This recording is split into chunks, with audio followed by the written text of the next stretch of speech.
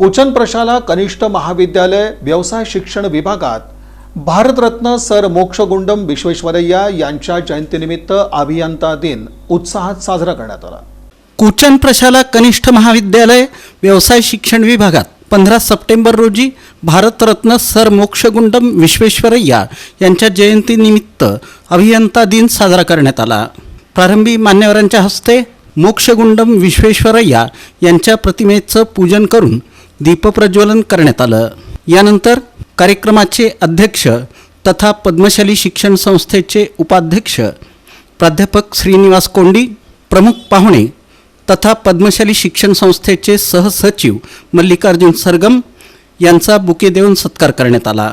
प्राचार्य प्राध्यापक युवराज मेटे, उपप्राचार्य प्राध्यापक अनिल निंबाळकर, प्राध्यापक नरेंद्र गुंडेली, प्राध्यापक भालचंद्र कैरमकोंडा, प्राध्यापक श्रीनिवास कैरमकोंडा, प्राध्यापक शिरीष उजनकर यांचा मान्यवरांच्या हस्ते सत्कार करण्यात आला।